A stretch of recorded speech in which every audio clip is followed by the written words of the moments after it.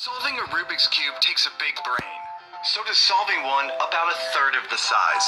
The world's smallest version of the Rubik's Cube puts thimble-sized fun at your fingertips. Despite its puny dimensions, the cube still packs in the same 43 quintillion permutations of the regular cube. It's so small, you might just need some tiny hands to solve it. Or better yet, find creative ways to complete the puzzle. Lately, I've really been into puzzles, and actually the word puzzle.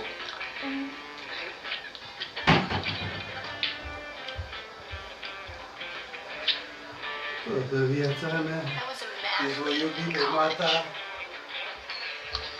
Marry me.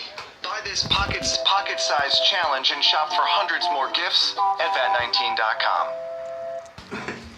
For more Rubik's challenges, tap here.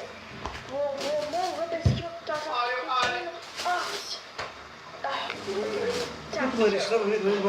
Now, and tap here to buy this thing, and subscribe to ask if you're shop. I'm going to see what happens.